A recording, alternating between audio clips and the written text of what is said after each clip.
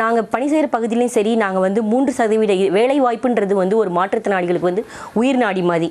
இப்போ வந்து பார்த்தீங்கன்னா எல்லாருமே சேரிட்டி பர்பஸாக பார்க்காம வேலை வாய்ப்புன்னு கிடச்சிருச்சு அப்படின்னு பார்த்தீங்கன்னா அவங்க வாழ்வாதாரம், அவங்கள பற்றின பேசிக் எம்யூனிட்டிஸ் எல்லாமே வந்து அவங்களே மாற்றுத்திறனாளிகளே பார்த்துக்க முடியும். இப்போ குறிப்பாக மாற்றுத்திறன் பெண்கள்னு பார்த்தீங்கன்னா அவங்களுக்கு வந்து 3 மடங்கு மற்ற பெண்களை விட 3 மடங்கு டிஸ்கிரிமினேஷன் அவங்க வந்து ஃபேஸ் பண்ணுறாங்க.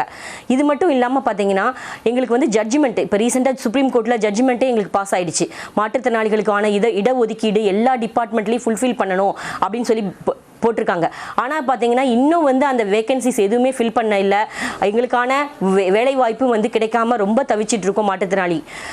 இது மட்டும் இல்லாமல் பார்த்தீங்கன்னா ஒரு கல்வி, சுகாதாரம் எல்லா இடத்துலையும் வந்து பார்த்தீங்கன்னா 3% விட 9% உயர்த்தி கொடுத்தாங்கன்னா அது வந்து எங்களுக்கு வந்து மிக மிக ஒரு நல்லதாக இருக்கும். 90,000க்கு மேலே எம்ப்ளாய்மெண்ட்டில் பதிஞ்சு தமிழ்நாட்டில் இருக்கிற ஸ்பெஷல் எம்ப்ளாய்மெண்ட் செல்லில் மாற்றுத்திறனாளிகள் பதிந்து வேலை இல்லாமல் இருக்கிற இந்த சூழ்நிலையில் 3% நிறைவேற்ற வேண்டிய அதிலே 1% நிறைவேற்றுகிறார்கள். ஆனால் தேவை 9% இன்னைக்கு. ஏன்னா எல்லா கேட்டகரிகளுக்கும் கொடுக்க வேண்டியது. குறிப்பாக பெண் மாற்றுத்திறனாளிகளுக்கு அவங்களுக்கு வந்து தனி 33% இடஒதுக்கீடை வந்து அது பேசப்படுது, சட்டமாக்கப்பட போகுது. ஆனால் அந்த பெண் மாற்றுத்திறனாளிகளை சிறப்பாக கவனிக்க வேண்டியது இருக்குது. அதே மாதிரி கிராமப்புற மாற்றுத்திறனாளிகள், அதே தலித் மாற்றுத்திறனாளிகள், இவங்கெல்லாம் மிகவும் அடித்தளத்தில் இருக்கிறவங்க.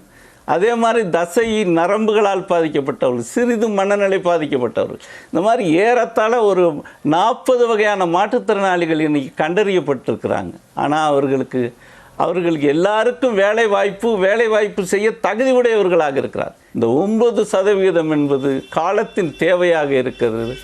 3%ஐயும் முழுமையாக நிறைவேற்றி 9% இந்த இலக்கையும் அரசாங்கம் நிறைவேற்ற வேண்டும் என்பது தமிழ்நாடு மாற்றுத்திறனாளிகள் சங்கங்களின் கூட்டமைப்பினுடைய ஒரு அறிவிப்பாக இருக்கிறது.